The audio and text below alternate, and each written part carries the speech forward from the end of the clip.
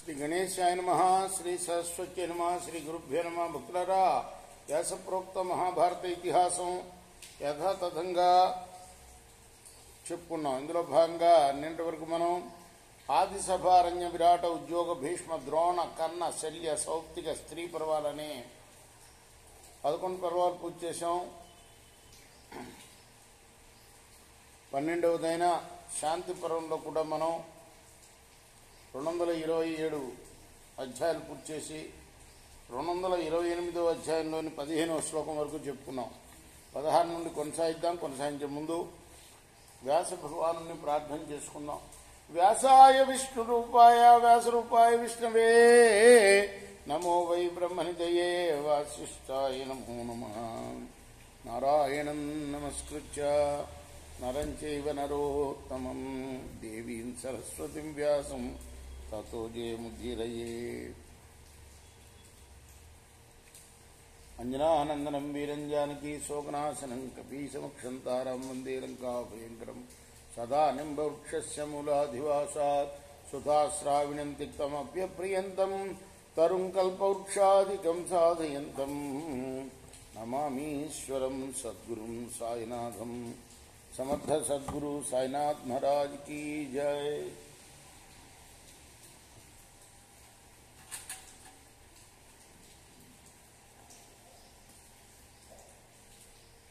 సావరుష్య విమానాగ్రాద్ అంగనానామనుత్తమాం అభ్యాగచ్చ త్రిలోకేశం దేవర్షిం చాపి నారదం. స్త్రీలలో పరమోత్తమమైన మహిళ అయిన ఆ లక్ష్మీదేవి అంగనానాం అనుత్తమ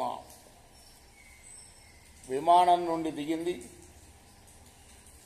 దేవర్షి అయిన నారదుణ్ణి ఇంద్రుణ్ణి సమీపించింది. నారదానుగత సాక్షాత్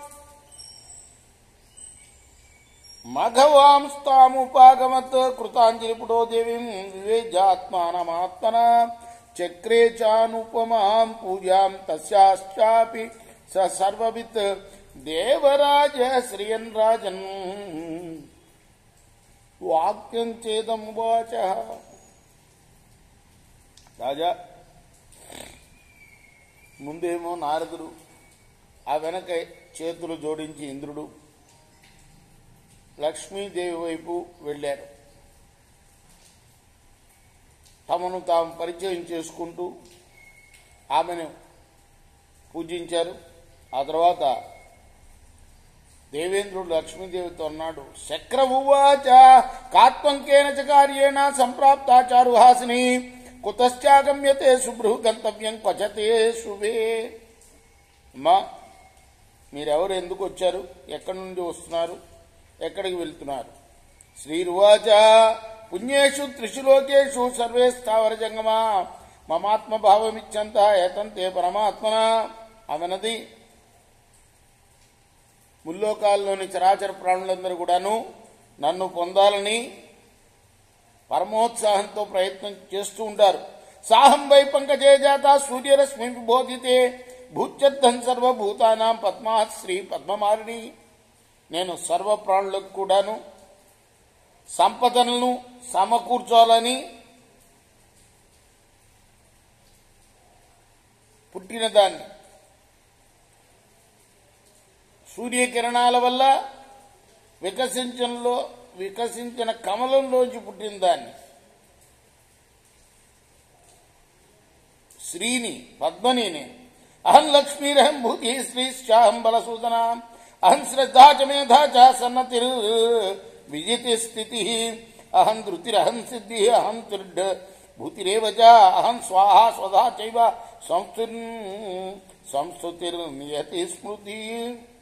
ఓ ఇంద్రా, నేనే లక్ష్మిని, నేనే సంపదను, నేనే శ్రీదేవిని, నేనే శ్రద్ధను, నేనే మేధను, నేనే సంపత్తిని, నేనే విజితిని, నేనే స్థితిని, నేనే ధృతిని, నేనే సిద్ధిని, నేనే కాంతిని, నేనే స్వాహాని, నేనే స్వధాని కూడా, నేనే సంస్థుతిని, నేనే నియతిని, నేనే స్మృతిని, అన్నీ నేనే అన్నదానే. స్వాహ స్వధాలు కూడా ఆమెట. స్వాహ అంటే దేవతలకు ఇచ్చే ఆహుతుల్ని స్వాహ అంటారు.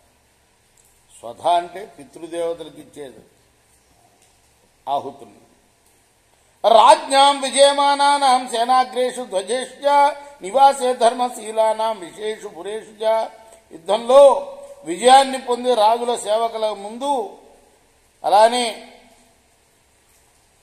రథధ్వజాలపై, అలానే ధర్మశీలుల యొక్క నివాసాలలో, రాజ్యాలలో, నగరాలలో నేను నివసిస్తా.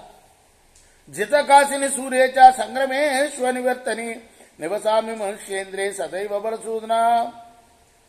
రణరంగంలో వెనకంజ వేయకుండా ఎవరైతే ముందుకు నడుస్తూ ఉంటారో అటువంటి సూర్యుడైన రాజు దగ్గర ఎడబాయిక ఉంటానే.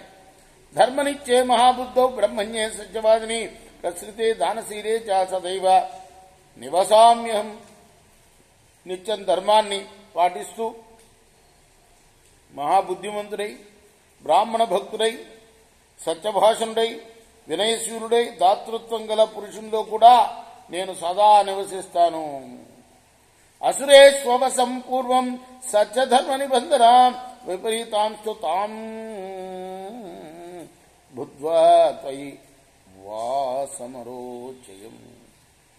సత్యధర్మాలకు భద్రాలనై గతంలో అసురుల దగ్గర ఉన్నానే, వారి ప్రవృత్తి విపరీతంగా మారటాన్ని గ్రహించి ఇప్పుడు నీ దగ్గర ఉండదలిచాను. శక్ర ఉవాచ కథం వృత్తేషు దైత్యేషు త్వమవాత్ శీర్వన వరాననే యుష్వాచ కిమహాగాస్త్వం హిత్వా దైతేయ దానవాన్. మా దైత్యులు ఎలా ఉన్నప్పుడు వారి ఎందు నివసించావు నువ్వు? ఏ వైపరీత్యాన్ని వారిలో చూసి దైత్యదానవులను వీడి ఇక్కడికి వచ్చావు అని అడిగాడు. ఎవరు? ఇంద్రుడు. రేపు మనం అమ్మవారి సమాధానం రేపటి సత్సంగంలో చెప్పుకుందాం. కృష్ణార్పణం. సాయి కృష్ణార్పణం. స్వస్తి ప్రజాభ్య పరిపాలయంతాం న్యాయేన మార్గేణ మహిమహీష. గోబ్రాహ్మణేభ్య శుభమస్తు. నిత్యం లోకాః సమస్తాః సుఖినో భవంతు. కృష్ణార్పణమస్తు. సాయి కృష్ణ.